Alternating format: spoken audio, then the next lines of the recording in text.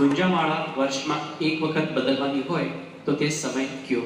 જન્માષ્ટમીના દિવસે આપણે ત્યાં ગુંજામાળા નવી બદલતા હોય છે અને એ ગુંજામાળાનો ભાવ ચારેય જૂથોનો ભાવ છે અને ચાર રંગ ગુંજામાળામાં હોય, લાલ હોય, કાળો હોય, સફેદ હોય અને પીળો દોરો હોય. તો આ ચારેય જૂથોના રંગ છે કે શ્વેત પીત સ્વામીજીનો, શ્વેત ચંદ્રાવલીજીનો, લાલ લલિતાજીનો અને શ્યામ યમુનાજીનો. તો ચારેય એટલે કહેવાય ગુંજામાળા ધરાવ ત્યારે જ તમારા શૃંગાર પૂરા થયા કહેવાય, કારણ કે ચારેય જૂથોના ભાવથી છે.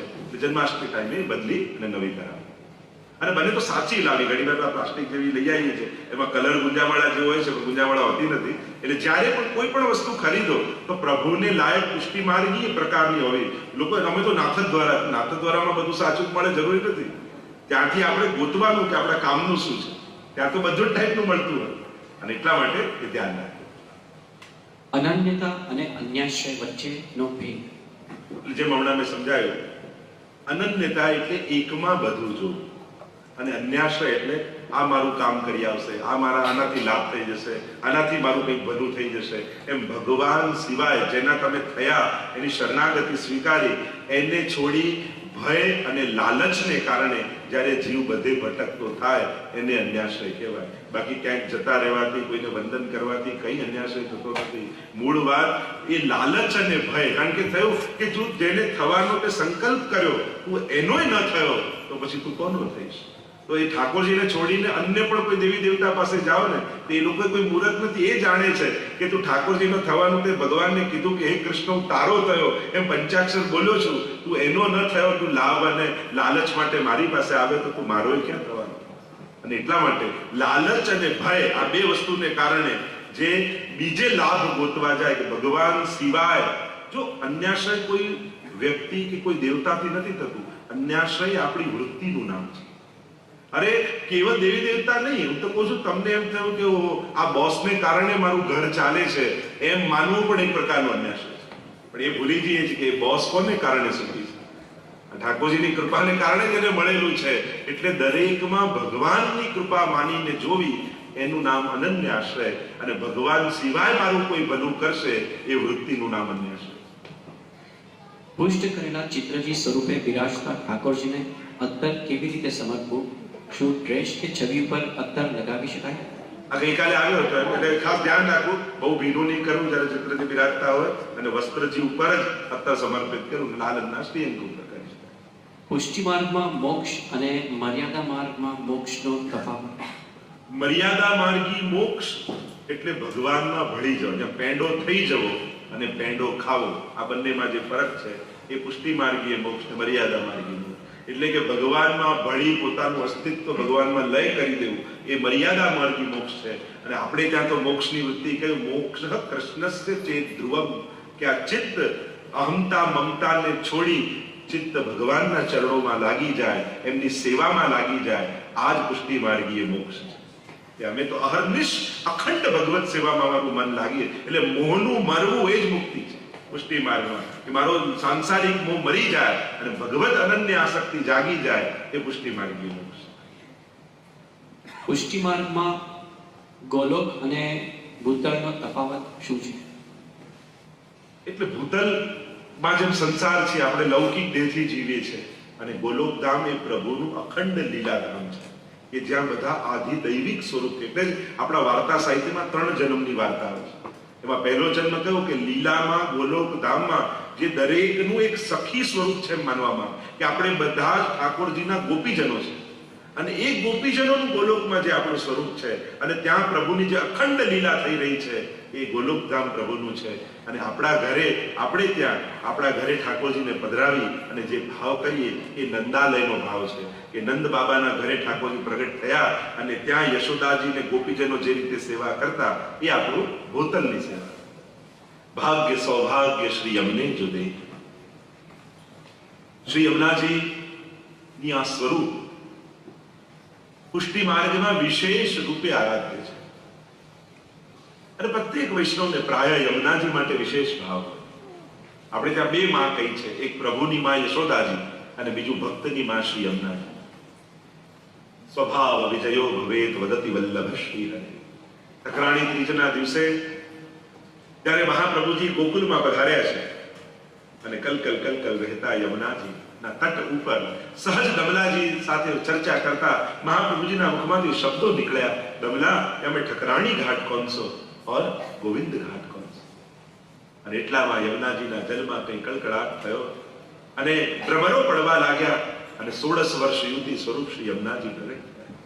હાથમાં કમળની છડી લઈ પધારીને મહાપ્રભુજીને બતાવી આ યમુના ગોવિંદ ઘાટ ઠકરાણી ઘાટ. અને એ સમયે જે યમુનાજીના અલૌકિક દર્શન મહાપ્રભુજીને થયા અને ત્યારે એ દર્શન કરીને મહાપ્રભુજીના મુખમાંથી શબ્દો સરી પડ્યા, નમામિ યમુનામહં सकल सिद्धि हेतु એવા શ્રી યમુનાજી યમુનાષ્ટક પ્રગટ થયું અને યમુનાજીના ગુણગાન. કારણ કે યમુનાજીનું આરાધન તો અનેક જગ્યાએ છે, પણ આપણે ત્યાં જે ચિત્રજી યમુનાજીનું બિરાજે છે એવું આરાધન બીજે નથી. કારણ કે બીજે બધે આધ્યાત્મિક સ્વરૂપનું આરાધન છે, આપણે ત્યાં આધિ દૈવિક સ્વરૂપનું સખી સ્વરૂપનું આરાધન, બીજી જગ્યાએ દેવી સ્વરૂપનું આરાધન છે અને આપણે ત્યાં સખી સ્વરૂપનું આરાધન. કારણ કે વ્રજની સખી છે અને એ નિમિત્ત બની એની કાનીથી આપણો પણ વ્રજ લીલામાં પ્રવેશ થશે. ધન્ય શ્રી યમુના, જે સંયોગીની શક્તિ રૂપ છે, જે પ્રભુમાં પ્રેમ આપનારા છે. કારણ કે દુનિયામાં સુખ આપનારા ઘણા છે, ભગવત પ્રેમ આપનારા તત્વો કેટલા? જો ભગવત ભાવ એ તો ભગવત કૃપાથી, યમુનાજીની કૃપાથી જ મળે. એ કોઈ એમ નથી કે આ મંત્ર કરો તો વધારે ભાવ થઈ જાય. કોઈ બાયપાસ કરાવતું હોય, હાર્ટ ખોલ્યું તેમ કે ડોક્ટર ખોલ્યું છે તો કિલો પ્રેમ નાખી દીધો એમ પ્રેમ પ્રાપ્ત થાય. એ તો ભગવત કૃપા થકી જે ભાગ્યશાળી હોય એના જ હૃદયમાં ભગવાન માટે પ્રેમ આવે.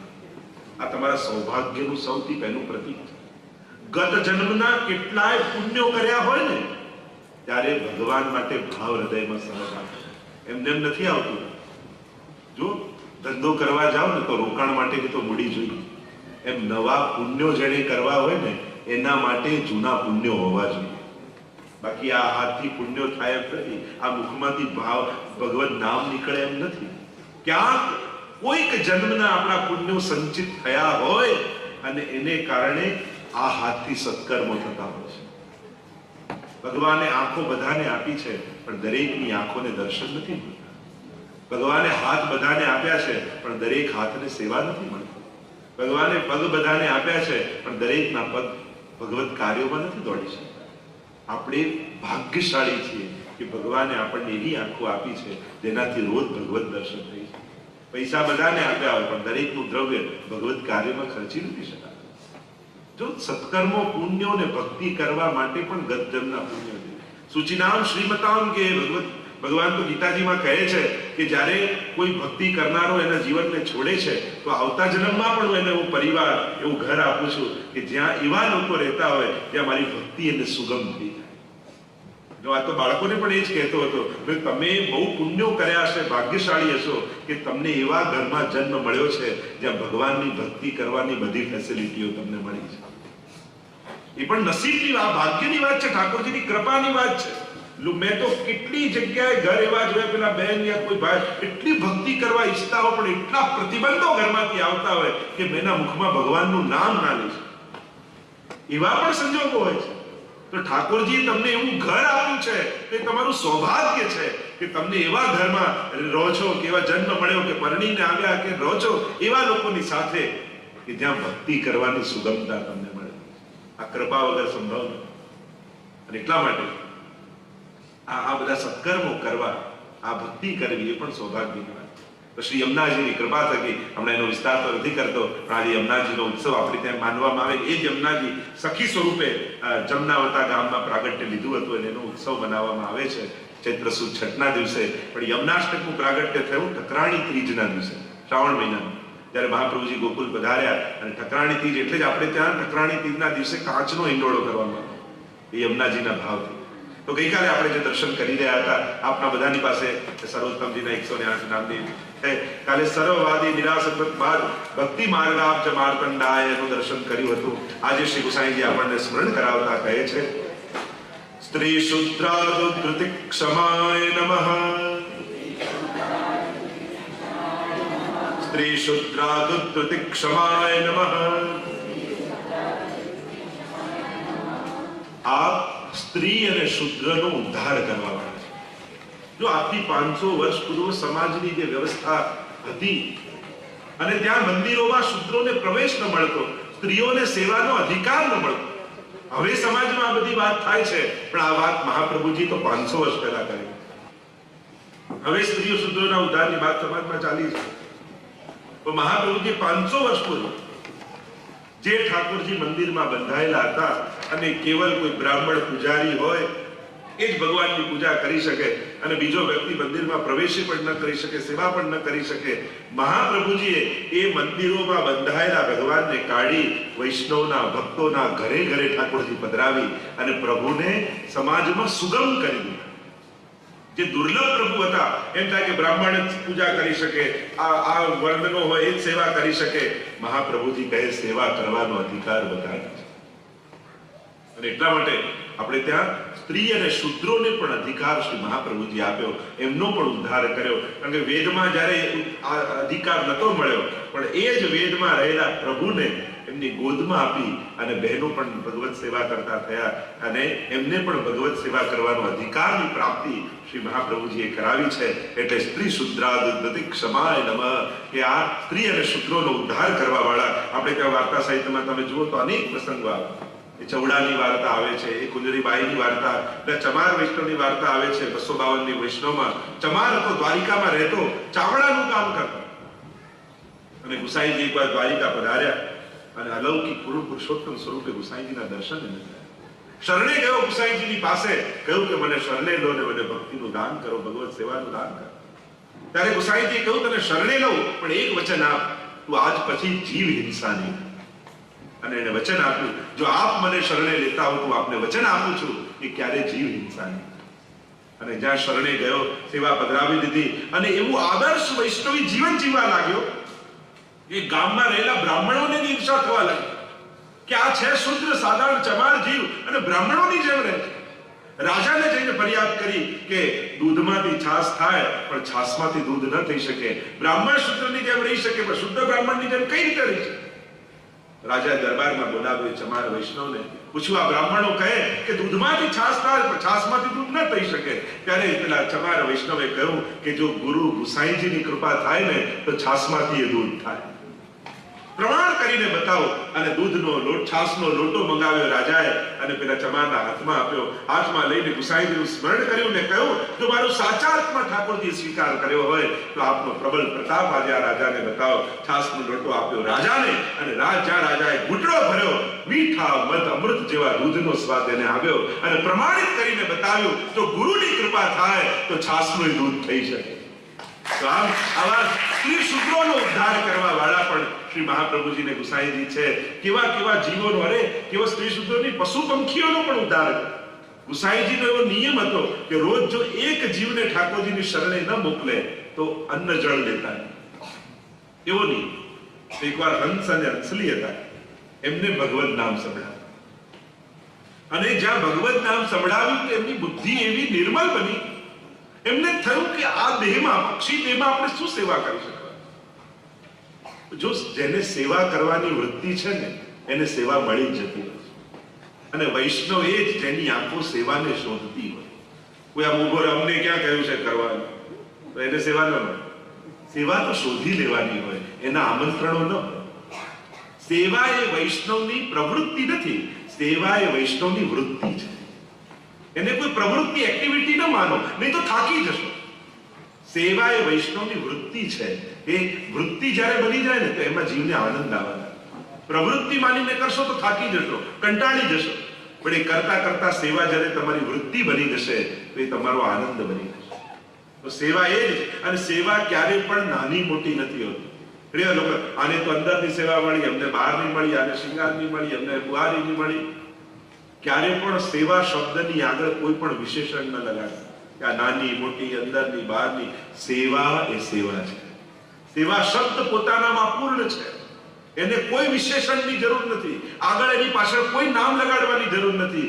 જે પણ મળી એને જો નિષ્ઠાથી કરે તો એને એમાં ઠાકોરજીનો અનુભવ થાય. પણ એમ થાય કે પોતાને મળેલી સેવા છોડી છોડીને આગળ આવવા જાય તો અહીંયાનો ન રહે, ત્યાંનો ન રહે. તમને લાઈનમાં ઉભા રાખવાની સેવા મળી તો એ રીતે જ ઉભા રહો કે મને ઠાકોરજી મળશે ને તો આ લાઈનમાં જ મળશે. તમને બુહારીની સેવા મળી તો એવી નિષ્ઠાથી કરો કે મને ઠાકોરજી મળશે તો આ બુહારી કરતા કરતા જ મળશે. પણ પછી ધ્યાન એવું રાખીએ કે ના, ત્યાં ઠાકોરની પાસે જઈને જ ઉભો રહો. જો નજીક જવાની કોશિશ ન કરો, પાસે જતા શીખો. આપણે નજીક પહોંચીએ છીએ પણ ક્યાંક ઠાકોરજીથી દૂર તો નથી થઈ જતા. નિકટતા મેળવવા, અને નિકટ વ્યક્તિ દૂર ઉભા પણ થઈ શકે છે. છેલ્લે ઉભેલો વ્યક્તિ એમ થાય કે હમણાં બહુ ભીડ છે ને હું આગળ જઈશ તો વૈષ્ણવને દર્શન નહીં થાય, અને છાનો માનો પાછળ જઈને ઉભો રહી જાય તો એ દિવસે બીજાની આંખમાં ઠાકોરજી તમને જોશે. જ્યારે પ્રસાદ લેવાનો વારો આવે ને એમ લાગે ખૂટે એવું છે, ત્યારે ખાલી થાળી લઈને અને પાછળ જતો રહે બીજાને લેવડાવી દે, એ દિવસે સાચો પ્રસાદ લીધો કહેવાય. આ વૃત્તિ જ્યારે શીખી જશો ને, બીજા ચારને ધક્કો મારીને આગળ પહોંચ્યા, કદાચ આગળ આવી ગયા પણ પાસે ન પહોંચી શકે. તમે ઠાકોરજીથી બહુ દૂર થઈ. પુષ્ટિ માર્ગના ગણિત બધા ઊંધા છે. અહીંયા ઠાકોરજી કૃપા છેલ્લેથી કરવાની શરૂઆત કરે, અને એટલા માટે બેઠકજીમાં જારીજી ભરવાજી ધક્કો મારી પહેલા ભરી આવીએ તો એનાથી થોડી, આપણે તો હાથ લગાવવાનો ક્રમ છે. અને હાથ લગાવવાથી શું થાય કે ચલો મારામાં તો આ અધિકાર ને લાયકાત નથી કે મારી જારીજી આરોગ્ય, પણ કદાચ આ વૈષ્ણવની કાનીથી, કદાચ આ વૈષ્ણવની કાનીથી, કદાચ કોઈ એ આખી લાઈનમાં કોઈ ભગવતી ઉભો હોય અને એની કાનીથી મારી પણ કણિકા મહાપ્રભુજી આગળ. આપણે ત્યાં તો કાનીનો માર્ગ છે, આડીનો માર્ગ છે. આ વૃત્તિ વૈષ્ણવી વૃત્તિ, હું કરી લઉં, હું ધરી લઉં, હું ભરી લઉં, એ પુષ્ટિ માર્ગ નથી. પણ કોના થકી, કોની આડીથી, ક્યાં જઈને તમે સેવા કરી, સેવા કરવાની વૃત્તિ ચાલતી હતી કે નહીં? પ્રવૃત્તિ તો હતી સેવાની, પણ વૃત્તિ ઘણીવાર પ્રવૃત્તિમાં એટલા બધા મશગુલ થઈ જઈએ છે કે સેવાની વૃત્તિ હટી જતી હોય છે. અને જ્યારે એ હટી જતી હોય છે ત્યારે સેવામાં પણ કોઈ દોષ કરી ના હોય. એટલે આ વસ્તુ શીખી લો. આપણે તો વાર્તામાં નથી આવતું કે પેલા શેઠજી સેવા કરતા હતા ને પેલું થયું કે આ મોચીની દુકાને જોડા સેવા આપ્યા છે, નદી પાછા નથી આપી. અને પેલી બુહારી કરતી હતી બહાર વહુ, અને એટલામાં મહેમાન આવ્યા, પૂછ્યું શેઠજી ઘરમાં છે? કે ના ના, એ તો મોચીની દુકાને જોડા લેવા ગયા છે. અને પેલા સસરાજી ઉમો પાડતા પાડતા બહાર આવ્યા, અરે સેવામાં બેઠો છું, આવું કેમ કે છે? ક્ષમા કરજો, બેઠા તો હતા પણ મન તો મોચીની દુકાને જ. તો કદાચ શરીરથી ભલે દૂર હો પણ તમે મનથી નિકટ હોઈ શકો છો. કદાચ 4 જણા ઠાકોરજી પાસે ઉભા હોય, તમે છેલ્લે ઉભા ઉભા આંખોમાં આંસુ લઈને દર્શન કરતા હો ને ત્યારે ઠાકોરજી કૂદકો મારીને તમારી પાસે આવી જતા. આ પુષ્ટિ માર્ગી વૃત્તિ, પુષ્ટિ માર્ગી વૈષ્ણવી વૃત્તિ જ્યારે શીખશો કે જ્યારે લાભ આપીને લેવાની જ્યાં વૃત્તિ છે ત્યાં જ વૈષ્ણવતા છે. લાભ લેવાની વૃત્તિ એ વૈષ્ણવતા નથી, લાભ આપવાની વૃત્તિ. એટલે કે પ્રભુને ધરીને લઈએ પ્રસાદ, પણ પ્રભુને ધરેલું બધાને વાટીએ વૈષ્ણવને, અને પછી જે બચે એ લઈએ એ મહાપ્રસાદ કહેવાય. એટલે વૈષ્ણવ પુષ્ટિ માર્ગમાં પ્રસાદ નથી, મહાપ્રસાદ. જ્યારે બધાને આપો અને કદાચ એ દિવસે તમે ભૂખ્યા રહ્યા, સાચા અર્થમાં મહા ઠાકોરજીનો પ્રસાદ તમે લો. આ વૈષ્ણવી વૃત્તિ છે. અને એ વૃત્તિ જ્યારે જીવનમાં આવશે તો સાચા વૈષ્ણવ બનીને જ્યારે સેવા કરશો તો સેવા એ વૈષ્ણવની પ્રવૃત્તિ નથી, સેવા એ વૈષ્ણવની વૃત્તિનું નામ છે. તો અહીંયા હંસ અને હંસીને એમ થયું કે આ દેહથી અમે શું સેવા કરી શકવાનું? અને ત્યારે થયું, હંસીએ કહ્યું કે આપણે બીજું તો કંઈ ન કરી શકીએ, પણ આ રોજ વૈષ્ણવ ઠાકોરજીની સેવા માટે અપરસ કરવા નદીમાં આવે છે અને એમાં સ્નાન કરીને નીકળે છે, તો બીજું તો આપણાથી કંઈ ન થાય આ દેહમાં. પણ અચલને આવો નિયમ લઈએ કે જે સેવા માટે સ્નાન કરવા આવે વૈષ્ણવ અને અહીંયાથી ચાલીને જાય અને એના પગલી પડી હોય રેતી પર, તો જે સેવા માટે નાવા આવ્યો છે એના ચરણોમાં હળોટીને એની ધૂળમાં, તો આપણી રંચક સેવા ત્યાં પહોંચી. અને એવો નિયમ બનાવી લીધો, જે વૈષ્ણવ અપરસ કરીને નીકળે એની પગલીઓ પડી હોય પગની, અને એમાં હંસ અને હંસી આવીને હાળો.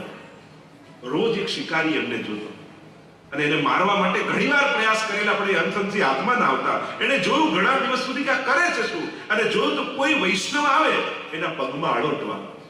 એને યુક્તિ કરી, બીજા દિવસે ધોતી બંડી માથે તિલક કરી અને થયું કે હું નાવા જઈશ, મને વૈષ્ણવ માનશે અને મારા પગમાં આળોટવા આવશે તો બંનેને પકડી. અને પેલો પારધી વૈષ્ણવનો વેશ ધરી અને આવ્યો, નદીમાં સ્નાન કરે, ધ્યાન હંસ હંસી પાસે છે. હંસે કહ્યું, જો પેલો પારધી છે, શિકારી છે, આપણને મારવા માટે આવ્યો છે. હંસીએ કહ્યું, ઉનકે મન કી વો જાને, મેરે મન જગદીશ. એ ભલે કોઈ પણ ભાવે આવ્યો હોય, આપણો નિયમ છે કોઈ વૈષ્ણવ વેશ ધરીને આવે ને તો આપણે તો વૈષ્ણવ માનીને એના ચરણમાં આળોટવા. આપણે આપણો નિયમ નહીં છોડીએ. આપણી તકલીફ શું થાય, સામેવાળો જેવો થઈને આવે ને આપણે એવા થઈ જઈએ. હવે એ આપણા જેવો નથી થતો તો આપણે એના જેવો શા માટે થઈએ? પેલો ક્રોધી થઈને આવે તો આપણે ક્રોધી થઈ જઈએ, એ લોભ કરીને આવે તો આપણે લોભી થઈ જઈએ. તો જેવા સાથે તેવા નહીં થવાનું, જેવા સાથે જેવા છીએ એવા રહેવાનું. આપણે આપણો સ્વભાવ કેમ બદલીએ? કેમ કે આપણું રિમોટ તો ઓલવેઝ સામેવાળાના હાથમાં જ હોય. એ ક્રોધનું બટન દબાવે, બે અપશબ્દ બોલે, આપણે અંદર ક્રોધનું પિક્ચર દેખાવા. એ ગુણગાન બે કરે ને આપણી અંદર ખુશીનું પિક્ચર દેખાવે.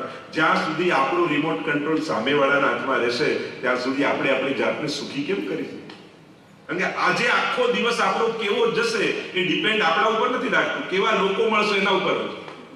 અને આપણો આખો દિવસ કેવો જશે એ આપણા પર હોતું જ નથી. આપણી લાઈફ આપણે નક્કી કરી એમ નથી હોતું. આજે હું દુઃખી રહીશ કે સુખી રહીશ એ તમે સવારે નક્કી નથી કરી શકતા. તમને કેવા લોકો મળશે એના પર ડિપેન્ડ નથી. હવે જ્યારે તમારી જિંદગી બીજાના ભરોસે ચાલતી હોય પછી તમે કોઈ સુખ જોઈએ, શાંતિ જોઈએ તો મળે ક્યાંથી? કમથી કમ તમારો આનંદ તો તમારા હાથમાં હોય, તમારું સુખી થવું તો તમારા હાથમાં હોય. તમે નક્કી કરો કે આજે આખો દિવસ મારે દુઃખી નથી. ગમે તેવા સંજોગો આવે એવું સવારે ઠાકોરને દંડવત કરીને જાઓ અને નક્કી કરીને જાઓ કે પ્રભુ આજે વચન આપીને જાઉં છું, આજે હું દુઃખી નહીં, આજે હું પ્રસન્ન રહીશ. કારણ કે દુનિયાને દુઃખી લોકો જ કરે છે. જે દુઃખી લોકો છે ને દુનિયામાં, એ લોકો જ દુનિયાને દુઃખી બનાવી રહ્યા છે. જે સુખી લોકો છે એમને તેમ થાય કે બધા સુખી થાય તો સારું. તમે જ્યારે સુખી થઈ જાઓ છો ત્યારે તમને એમ કહેવાય ના બધાને દુઃખ જતું રહેવું જોઈએ, બધાને સુખ થવું જોઈએ. પણ આ દુઃખી માણસ છે ને એને એમ થાય કે હું એકલો શેનો દુઃખી રહું? જો માણસને એમ થાય કે દુઃખ પણ બધાને પડે તો વાંધો નહીં. પેલું કે ભૂકંપ આવવાનું છે, બધા મરી જશે, બધાનું જે થશે એ આપણું થશે. પણ કોઈ એમ કે ભૂકંપ આવશે ને તારું ઘર તૂટશે, એવું ના ચાલે, મારું એકલાનું છે.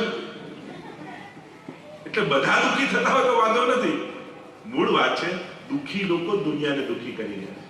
જ્યારે જીવનમાં પ્રસન્નતા, એટલે જ ધર્મની વધારે દુનિયામાં જરૂર છે. અને ધર્મ જ્યારે પ્રસન્નતા પાથરશે તો એ બધાને આનંદ આપવાની વૃત્તિ થશે. એટલે જ હમણાં કહી રહ્યો હતો એક જણને કે જ્યાં સુધી ગમે તેટલા કાયદાઓ કડક કરો, ગમે તેટલા નિયમ લો બનાવો, બધું જ બનાવો, પણ માણસ રોકાવાનો નથી.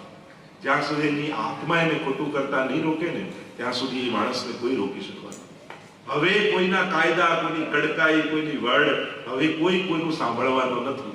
હવે દુનિયા એ તરફ જઈ રહી છે કે કોઈ બીજાની વાત સાંભળવાનું નથી. અને એટલે ધર્મની વધારે જરૂર પડશે. કારણ કે ધર્મ એવા સંસ્કાર આપશે કે જ્યાં સુધી તમે તમારી જાતને રોકશો નહીં, કે તમને એમ થાય અંદરથી હું વૈષ્ણવ, મારાથી આ ન ખવાય, મારાથી આ ન પીવાય, મારાથી આમ ન જવાય, મારાથી આવું ન કરાય, તમારી આત્મા તમને નહીં રોકે તો તમને કોઈ નહીં રોકે છે. બીજા જે કરતા હોય કરે. આપણી અંદર વૈષ્ણવતાનું લોહી વહે છે. આપણે કંઠી ધારણ કરે. એક જગ્યાએ બળદ ઉપર એટલો બધો સામાન ભરી દીધો અને ખેંચીને જતો હતો ભર ઉનાળામાં. એટલામાં એક સામેથી ગધેડું પડ્યું.